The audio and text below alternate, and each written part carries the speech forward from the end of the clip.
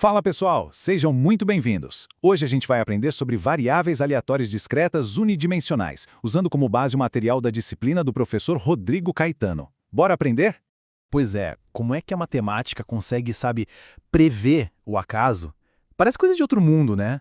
Mas, na verdade, é que ela nos dá umas ferramentas muito, mas muito poderosas para a gente conseguir medir a incerteza, para a gente achar padrões onde parece que só tem bagunça.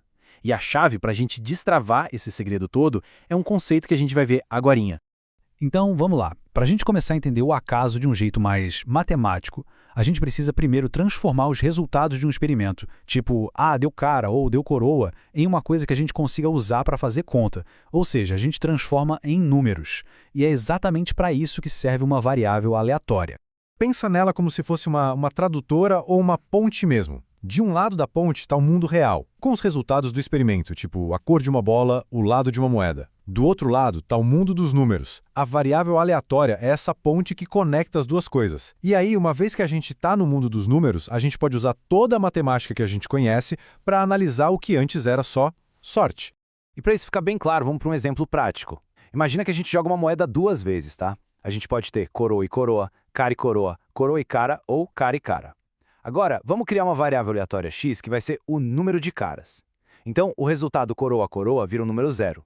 Cara-coroa e coroa-cara viram o número 1. E cara-cara vira o número 2. Viu? Simples assim. A gente transformou palavras em números. Beleza, agora a gente já tem os números. Mas e aí, qual a chance de cada um desses números aparecer? É aqui que a coisa fica interessante e entra a tal da distribuição de probabilidade. Pensa nela como se fosse o cardápio completo do nosso experimento. Ela mostra tudo o que pode acontecer, ou seja, todos os valores da nossa variável, e do lado, a probabilidade de cada uma dessas coisas acontecer. Igualzinho a gente está vendo aqui nesse exemplo da soma dos pontos quando a gente joga dois dados. E presta atenção aqui porque isso é super importante. É tipo uma regra de ouro da estatística. Não interessa o experimento. Se a gente somar a probabilidade de todas as coisas que podem acontecer, o resultado final tem que ser, obrigatoriamente, 1. Ou 100%. Isso é a nossa garantia de que a gente não esqueceu de nenhuma possibilidade no nosso cardápio. Ok, então a gente já sabe o que é uma variável aleatória, já sabe como organizar as probabilidades dela. Mas vamos ser sinceros, às vezes é muita informação, né? E se a gente quisesse um resumo? Tipo, um resumo executivo da nossa variável? É para isso que servem as medidas que a gente vai ver agora.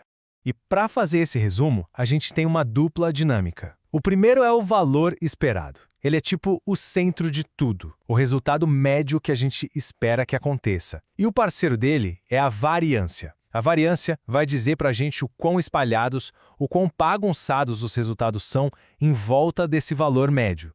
O valor esperado, que a gente também chama de média, é bem fácil de entender. É, literalmente, o resultado que a gente espera em média se a gente fizesse o mesmo experimento 1 milhão de vezes. Ele é como se fosse o centro de gravidade da nossa distribuição, sabe? O ponto onde tudo se equilibra. Já a variância mede o grau de imprevisibilidade. Pensa comigo, se a variância é baixinha, quer dizer que os resultados são bem comportados, ficam todos ali, pertinho da média, é mais previsível. Agora, se a variância é alta, meu amigo, aí a coisa fica doida. Os resultados se espalham para todo lado e a incerteza é gigante. Muito bem!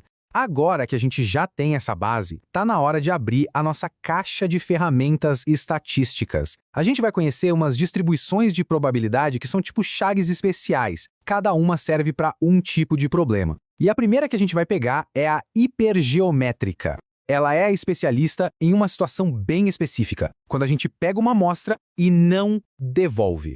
A palavra-chave aqui, gente, é dependência.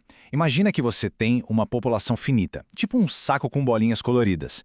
Se você tira uma bolinha e não põe de volta, o que acontece? A chance de tirar a próxima bolinha já mudou, porque agora tem menos bolinhas lá dentro. Uma retirada afeta a outra. É nesse cenário que a hipergeométrica entra em cena. Esse exemplo da urna é clássico e mostra isso direitinho. A gente tem uma quantidade fixa de bolas, 5 pretas e 3 brancas. Se a gente tira 2, sem olhar e sem colocar de volta, percebe que a chance da segunda bola ser preta muda completamente dependendo da cor da primeira que a gente tirou? Isso é um caso de livro, perfeito para usar a hipergeométrica.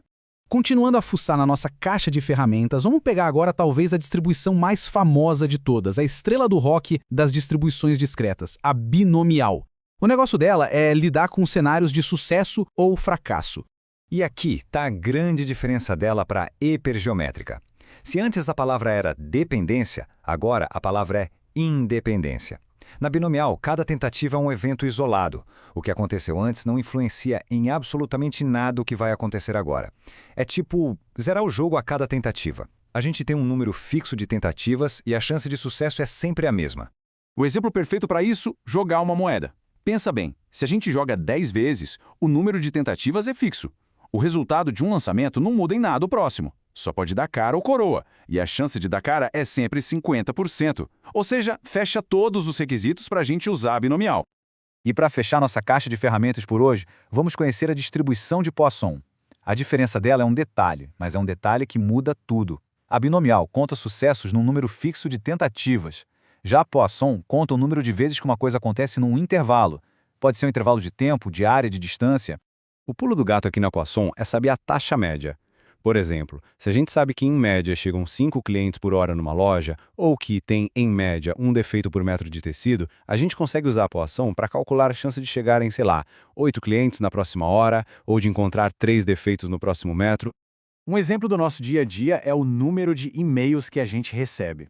Se, na média, você recebe 10 e-mails por hora, qual é a chance de, na próxima hora, você não receber nenhum, ou de receber exatamente 15? A Poisson é a ferramenta perfeita para responder esse tipo de pergunta. Ufa, é bastante coisa, né? A gente começou lá atrás, transformando o acaso em simples números, e agora a gente já tem uma caixa de ferramentas cheia de modelos poderosos para analisar um monte de situações diferentes. Então, para a gente não se perder, vamos fazer um resumo rápido. Então vamos guardar isso na nossa caixinha de ferramentas. Hipergeométrica é para amostras sem reposição, quando uma coisa influencia a outra. Binomial é para um número fixo de tentativas independentes de sucesso ou fracasso. E a de Poisson é para contar eventos que acontecem no tempo ou no espaço. Entender qual usar é o grande lance. Espero de verdade que essa explicação tenha clareado as ideias. Continuem estudando, porque estatística, de verdade, está em todo lugar. E para fechar, fica aí uma provocação. Comecem a olhar ao redor. O número de carros que param no sinal, a quantidade de notificações que chegam no seu celular nos próximos 10 minutos, a próxima música que vai tocar no modo aleatório, onde mais a gente consegue ver esses fenômenos acontecendo, onde mais a gente pode aplicar tudo isso para entender melhor o mundo.